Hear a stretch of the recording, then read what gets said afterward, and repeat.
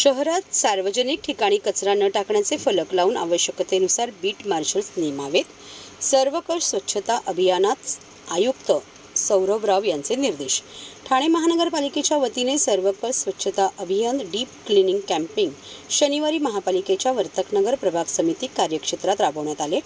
या ठिकाणी असलेल्या तानसा पाईपलाईनच्या दोन्ही बाजूला जाळ्या बसवाव्यात, तसेच कचरा न टाकण्याचे फलक लावावेत व परिसरात मार्शलची नेमणूक करावी. तसेच शहरात रस्त्यांच्या कडेला पडलेला राडारोडा उचलण्याचे निर्देश आयुक्त सौरभराव यांनी संबंधित अधिकाऱ्यांना दिले.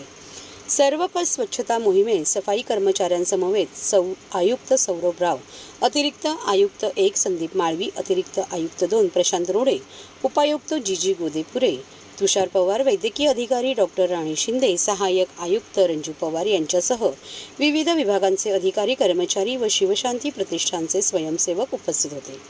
तानसा पाईपलाईन परिसर, उपवन तलाव परिसर कचरा न टाकण्याबाबत जनजागृती करणारे फलक लावावेत, तसेच सुरक्षा रक्षक नेमावेत.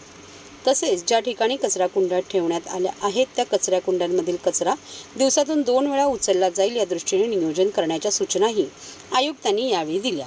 तसेच शहरात ज्या रस्त्याच्या बाजूला पडलेले ड्रेबेज उचलण्याचे निर्देशही त्यांनी यावेळी दिले. यावेळी उपवन तलाव परिसरातील सार्वजनिक शौचालयाची पाहणी करून येथील सफाईबाबत आयुक्तांनी समाधान व्यक्त केले. वर्तकनगरमधील मुख्य रस्ते, अंतर्गत रस्ते, पाईपलाईन परिसर, नाले, दुभाजक, फुटपाथची साफसफाई करण्यात आली. उपवन तलाव येथील पायलादेवी मंदिर ते उपवन तलाव परिसर, बनारस घाट परिसर, माजिवडा नाका ते गांधीनगर पाण्याची टाकी, दुभाजक येऊर, फॉरेस्ट रिक्षा स्टँड, वर्तकनगर नाका, वसंतविहार शाळा ते महावीर मिलेनियम, सिद्धांचल क्लब हाऊस ते HDFC बँक आदी परिसरातील अंतर्गत रस्ते, मुख्य रस्त्यांची साफसफाई करण्यात आली. यावेळी या मोहिमेत सहभागी झालेल्या शिवशांती प्रतिष्ठान संस्थेसह महापालिकेच्या अधिकारी, कर्मचारी यांनी शहर स्वच्छ ठेवण्याबाबतची शपथ घेतली.